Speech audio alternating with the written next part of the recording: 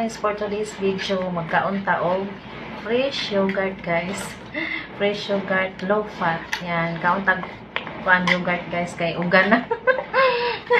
Ugan na kay guys. Kanang wala na bitaw tay ana-ana, mag-ugan na.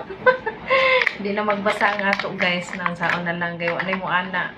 Magkaon tag yogurt guys kay dako kay nagtabang sa atong lawas, protection ni kung ikaw ay nagtatai, imong anak nagkadayarya, imo ni pagkaon sa imong anak guys. Mo ni niya.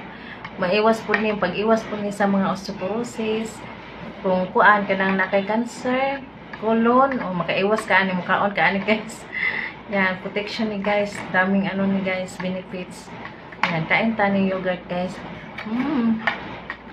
Magkagwapa pag ganyan guys. Magkagwapa ni. Yan, natanaw, nagwapa na gani ko. Nagwapa na ko guys.